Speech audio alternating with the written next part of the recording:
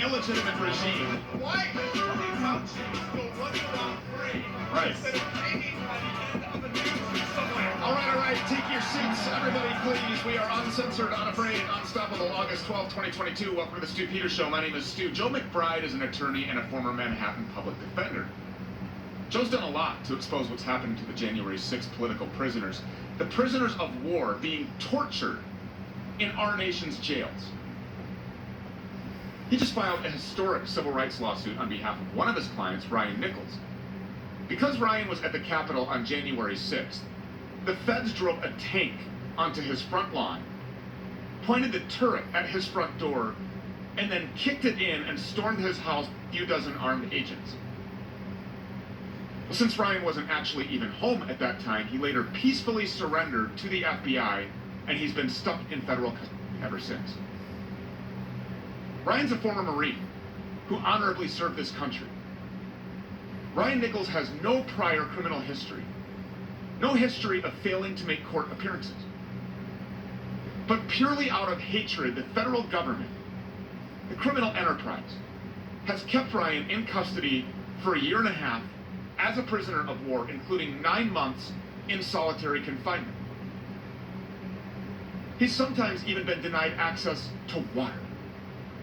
He hasn't seen his family in nearly 2 years, and he suffered all kinds of other abuse. Well, now on Ryan's behalf, his lawyer has filed a petition for habeas corpus, one of the oldest and most central rights in the English legal tradition.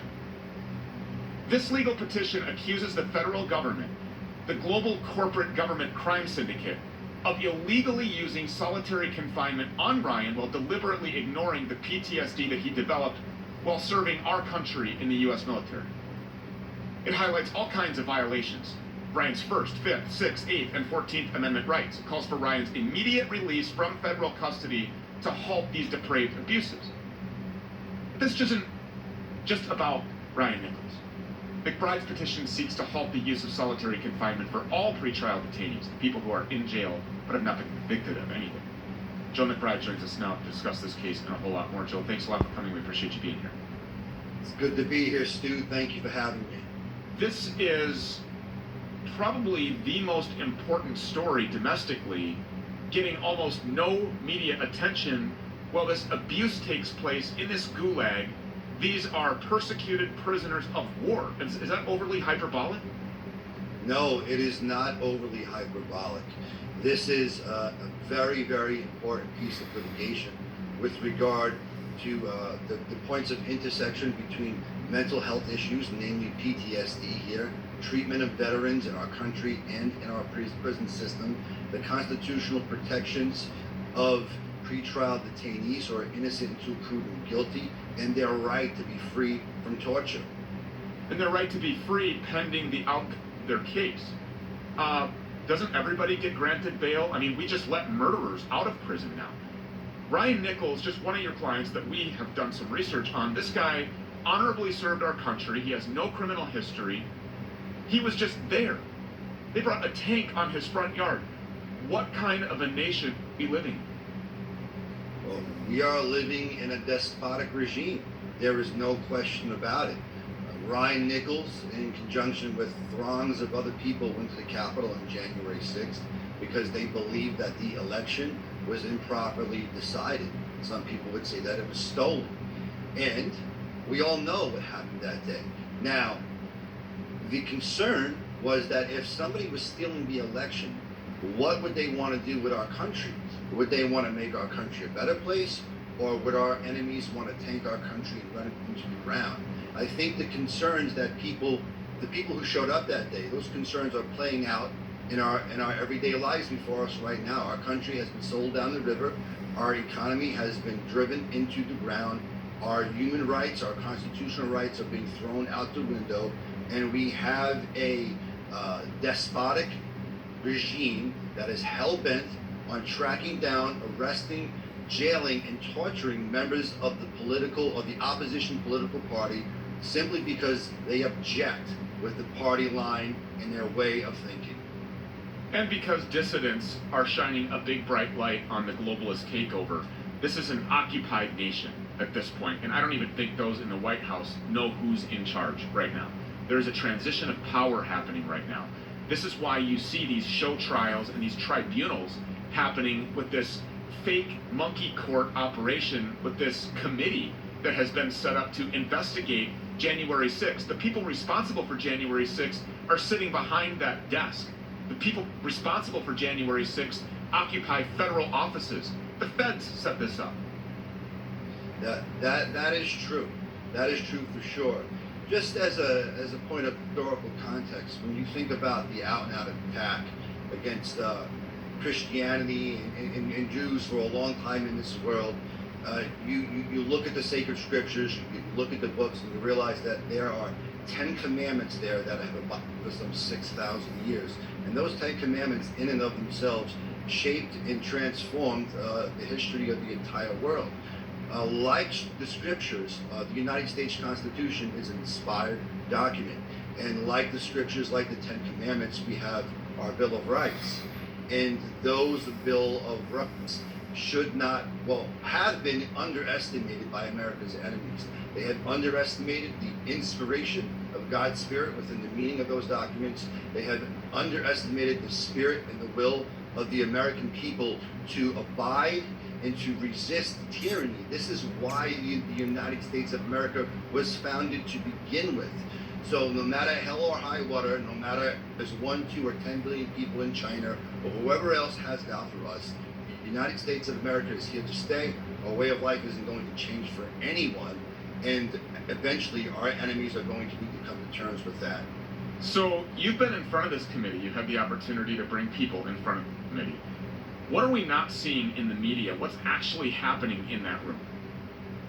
They're bringing people in. If they were to bring you in, Stu, they bring you in, they look you in the eye, and they let you know that we have called you to the carpet here because you have an obligation as a citizen of the United States to show up in some capacity and either testify or plead the Fifth Amendment. But they look you in the eye with a room full of people. They sift through your entire life. They grab and they image your phone, everything you've ever looked at on the internet, every click you've ever made, every message you've ever deleted, everything you've ever thought about. Your phone is basically an image of your soul these days. And they say, look, we know everything about you, we have everything on you. You are going to give us what we want and play ball, or we're going to make your life a living hell.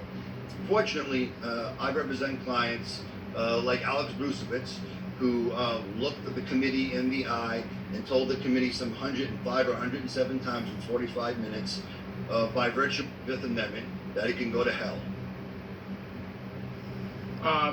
You don't represent Ray Epps because Ray Epps doesn't need representation because Ray Epps hasn't been arrested. Why? Ray Epps has not been arrested because Ray Epps, in conjunction with well over 100 other people who were at the Capitol that day, they materially participated in the attack. The march over, the walk over from President Trump's speech was converted into a militarized march by people like Ray Epps. Military columns were formed, and the people were sent to different directions of the tunnel. In conjunction with that, there were the taking of certain guard posts. We had guards who abandoned their posts, who let people in. The Capitol was surrounded, and then these people, you see them on bullhorns, you see them on the scaffold, you see them all over the place, waving people in, encouraging people to go in, getting people into the Capitol. Once they get into the Capitol, once they're on camera, they're all fair game to be caught up in the dragnet of the 1512 charge, which is very unconstitutional. Interestingly, though, the main purpose of the crimes, the people who corralled people who actually led people on the Capitol, like Ray Epps, none of those people have been arrested or indicted. That's because they're working on behalf of the federal government and possibly foreign adversaries. Is there foreign involvement in this? There's definitely foreign involvement in this. We have more than sufficient reason to suspect that foreign intelligence agencies were actively involved in January 6th.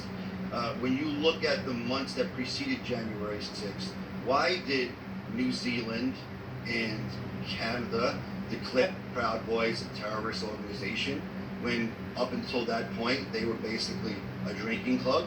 They did that because that gave their intelligence forces reason, sufficient cause to investigate these groups as international terrorists. So they were able to circumvent the constitutional protections of the United States, to spy on American citizens, and then quite possibly, we believe, share information with the intelligence community in the United States in complete and utter violation and disregard of the Fourth Amendment of the United States Constitution. There's also the nefarious use of FISA warrants as well. Lots of problems about how information was obtained. There's no way that somebody like Richard Barnett, who had his feet up on Nancy Pelosi's desk, who within 2 days of January 6th was a tier 1 domestic terror related on the FBI. The FBI had him as an armed and dangerous tier 1 threat, an armed, radical, that like Osama bin Laden. That classification, that level of information only comes with months and months of work. Within hours, his entire life was on a hard drive somewhere. Facebook, Google, Apple, Verizon, you name it, all these companies had turned over his information just like that. One thing about the federal government is that it is not fast. It operates at a snail's pace when it comes to lots of things. The only reasonable conclusion, therefore, is that they were setting up and working on people and targeting people like Richard, like Nichols, like Christopher Quagland, like Daniel Goodwin, like Adam Jackson, to have them caught up in this dragnet and to prosecute them, not because of what happened that day, but because of who they support and what they believe. Is there a whole lot of discovery that supports the things that you're saying that have not been shown in public purview? And why also is it that we don't get to see any discovery on behalf of the people? So that's a good question. So I'll break it down into 2 parts. Regarding the discovery of the intelligence actors, we have made multiple records in court and, of course, different media outlets. The mainstream media has attacked our representations as calling us outliers, conspiracy theorists, so on and so forth. The court has treated us the same. And it is fortunate. So what we have done is we have, for the last 8 months or so, we have myself and a team of very good lawyers have gone underground at different locations and have dug into these cases. We have collected and we have shared information, and all of us independently have come up with a list of suspicious actors, and then we have cross-referenced those with other attorneys. And if my guy is on your list and 5 other people's lists, then there's a substantial likelihood that he's guilty of something. Now, in terms of the government turning over and sharing that information with us, it's just not happening. It's probably never going to happen because that would blow the lid off of what they have done. With regard to your ability to see the available discovery now, the government has carefully and nefariously locked up the most significant and material portions of that discovery in what's called a protective order. Each one of these cases has a protective order which not only prohibits you from seeing it, it actually materially interferes with my clients, with all of their rights to be able to meaningfully participate in their own defense. These orders actually say in order to view certain material, they have to be supervised by their attorney. It's insane. All of this is wrong. All of this is designed to give them a very unfair situation, an unfair fight. Be that as it may, we are rallying behind them. We are going to continue to support them. We are going to continue to fight for them to the fullest extent possible, because it is the right thing to do, the honorable thing to do, and the American thing to do. Can you win? We can win. We can win, and how we can win is through educating the public. I'm thankful for your show and for others like you who provide attorneys like myself with a platform to speak about the truth. We need to raise money. Raising money to fight and finance these cases is very important. If anybody is inclined to give, then visit my website at McBrideLawNYC.com. Look for the J6 tab, and all my clients that give send GoFunds are listed right there. You can pick and choose wherever you want to give to. And other than that, what the public can do to help us is to educate their friends and families. Have these discussions. Have the hard discussions with your friends and with your family. Don't back down in the workplace. Don't give in to cancel culture. Don't buy into the mainstream narrative hook, line, and sinker. I have faith in people. I don't have faith in the DC jury pool. Look, the DC jury pool DC was 94% voting for Biden in the last election. Ryan Nichols, Christopher Quagland, and everybody else that I represent deserve to be tried in front of a non-biased jury of their peers. 94% of voters, objectively, not a jury of your peers. If you take that in conjunction with the purposeful poisoning of the jury pool that the January 6th committee has done, it is absolutely ridiculous. When you think about Oliver North, he was convicted of his crimes, but his conviction was subsequently overturned because his congressional testimony influenced the outcome of his case. The same thing is going to happen here. And Oliver North lived his case took place in 1988 in a time where social media and Twitter did not exist. Just recently hit a record in court about this, and the judge shared my concerns on June 9th.